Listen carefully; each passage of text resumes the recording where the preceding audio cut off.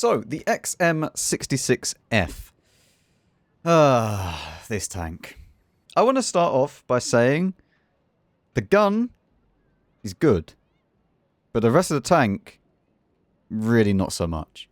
The main problem with this tank is that I don't really know where it's meant to sit with its playstyle. People may tell you that this tank has armor. It does not have armor. I don't care what people say to you. It doesn't have armor. Even if you're using all your gun depression, you can still get shot in the cupola on the left-hand side pretty easily. And they can even go directly underneath the gun in the turret ring, which is only 200 pen.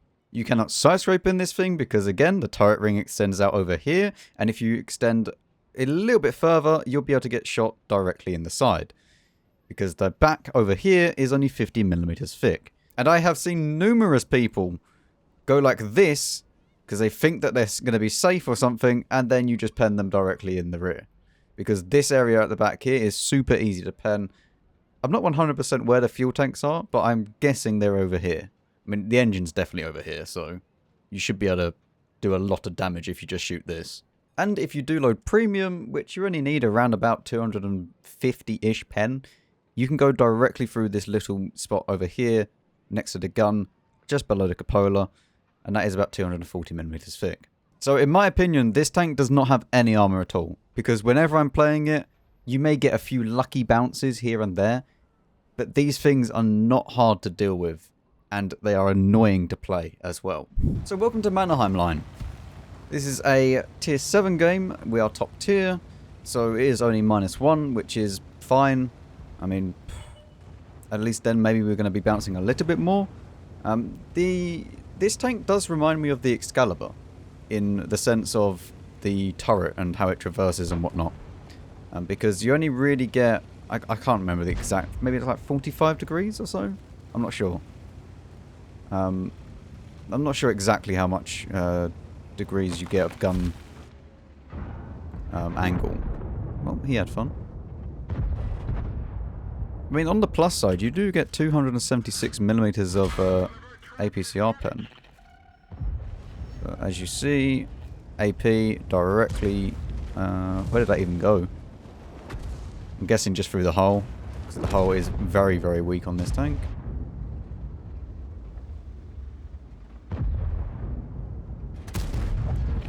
We can put one in. And obviously, this being AP and APCR, if you are trying to free mark this tank, or, you know, just trying to get the most out of the vehicle, obviously, you're only going to be wanting to fire APCR. It kind of, it's annoying, but that's just how it is.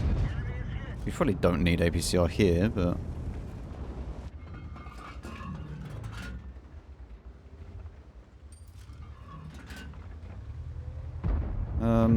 this is really, really bad at the moment.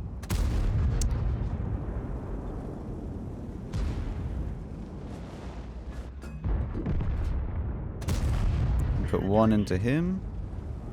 He's probably going to try and double shot me here. What? I am not too sure how. Well, I mean, we're dead here either way. Oh well. Yep. That was fun. That is actually very surprising that near enough every single heavy tank went to that flank. Because they had, what, a Tiger P in the 53 TP that went to the heavy tank flank down south. Interesting. But I mean, that's your typical game of WOT Tanks, right? You're in the game for like 2 minutes. There you go, it's over. Well done. On to the next game. Well, what a fantastic experience of WOT Tanks. Wonderful. We were alive for 2 minutes and 30 seconds. So for our next game, we are on Himmelsdorf, which is very, very nice, actually. It is against tier 8s. So we have that going for us. There's a scorpion there. I mean, I guess you miss every shot you don't take, right? I don't really know how I've managed to hit that, if I'm completely honest with you. There is an Indian Panzer that was coming down the middle. Gun misses. I mean, we can't really complain too much. We hit the first shot, somehow.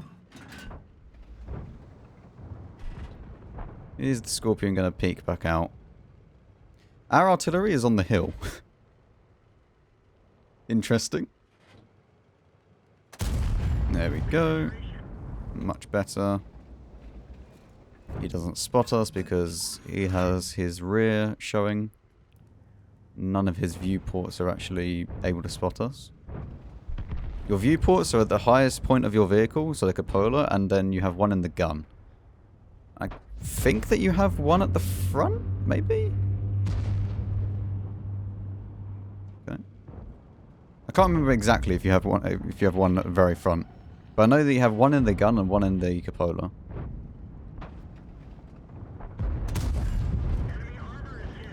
And what is it with these light tanks and just YOLOing? Oh, we actually bounced something. Amazing.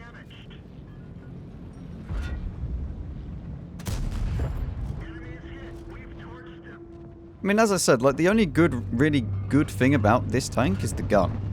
If you can make the gun, you know, fire on every single reload, then you can have a decent game out of it, but the rest of it's incredibly awkward to play. I don't think we would have hit anyway, but... Right, let's go into the middle now. Now that that's been dropped down.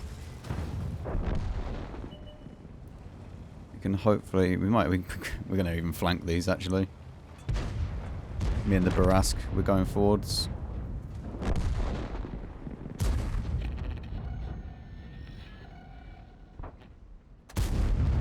I hit a rock. Wonderful.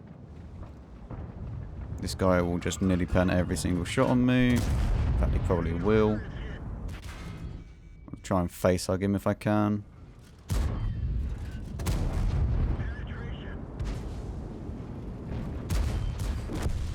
Nice. We get 2.9 out of it. That's not too bad. We should be able to get maybe one more, maybe two more shots if we're lucky. But I mean, pretty much any tank could have done this. You know, it's not like we were... It was the tank's reasoning for doing well in this game. You know, we just positioned ourselves, the enemy decided just to peek for no reason. So, let's even get a shot here actually.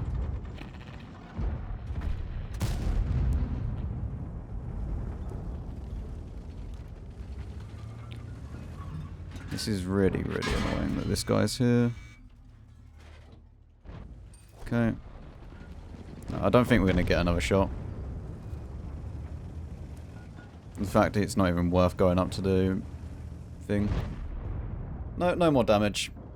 At least we can give it the good old apply. I mean, we earned 200k from that. It's not too bad. But I think pretty much most tanks would have been within plus minus one shot of that damage. Obviously, I mean, like even an FCM, it would have been pretty much the same.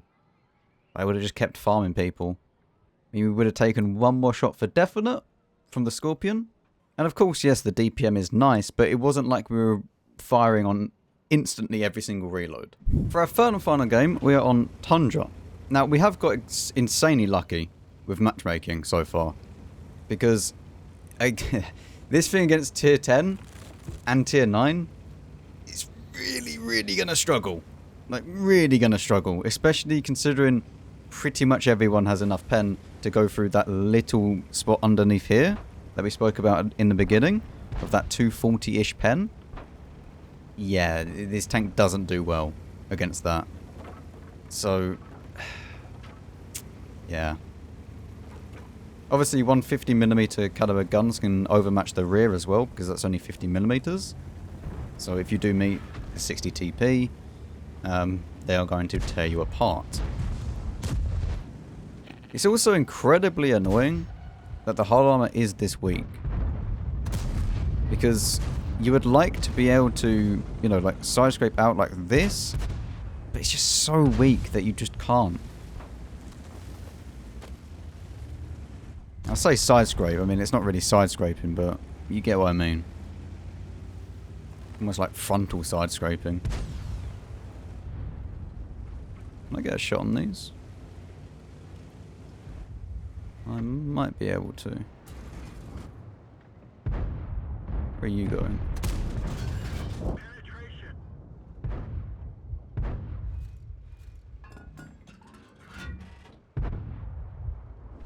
Nice.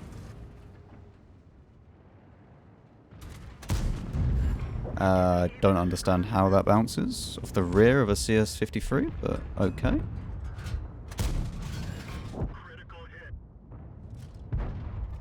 Interesting. I mean, we get the tracking, so it's not all bad, but...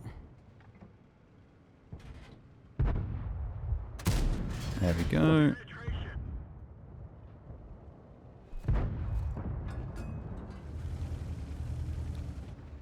I mean, so far this is a very weird game, actually. What on earth is going on? What are they doing? They're just sitting there, going in one by one all the time. What is going on? The enemy team is making 0 sense right now. I have no idea what they are doing.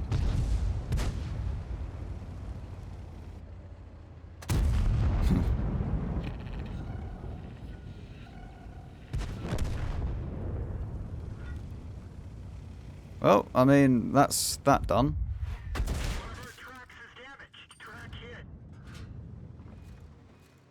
And HE into you, 500, not bad.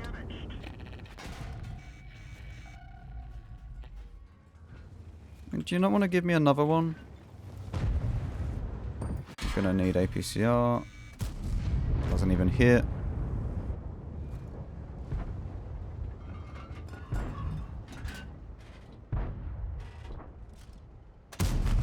I mean, AP would have penned that as well, but I think that T-32 is AFK.